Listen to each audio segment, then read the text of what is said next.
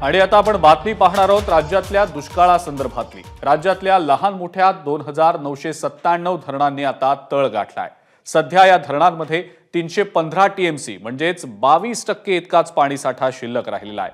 तसंच मराठवाड्यामध्ये केवळ 8.87% पाणीसाठा उपलब्ध आहे। त्या खालोखाल पुणे विभागात 15.67% पाणीसाठा शिल्लक आहे। गेल्या वर्षी मे महिन्याच्या अखेरीस 30.94% पाणीसाठा होता। मात्र अवकाळी पावसामुळे विदर्भाला काहीसा दिलासा मिळालाय।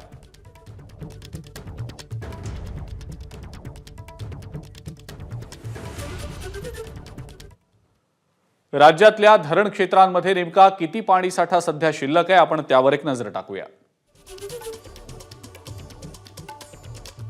छत्रपती संभाजीनगरमध्ये 8.78% इतकाच पाणीसाठा आहे। पुण्यातल्या धरणांमध्ये 15.67% इतका सरासरी पाणीसाठा आहे। नाशिकमधल्या धरणांमध्ये 24.6% तर कोकणातल्या धरणांमध्ये 34.22% पाणीसाठा शिल्लक आहे।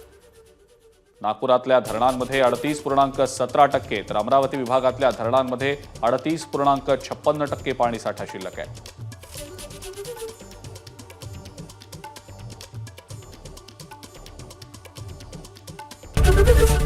एबीपी माझा, उघडा डोळे बघा नीट।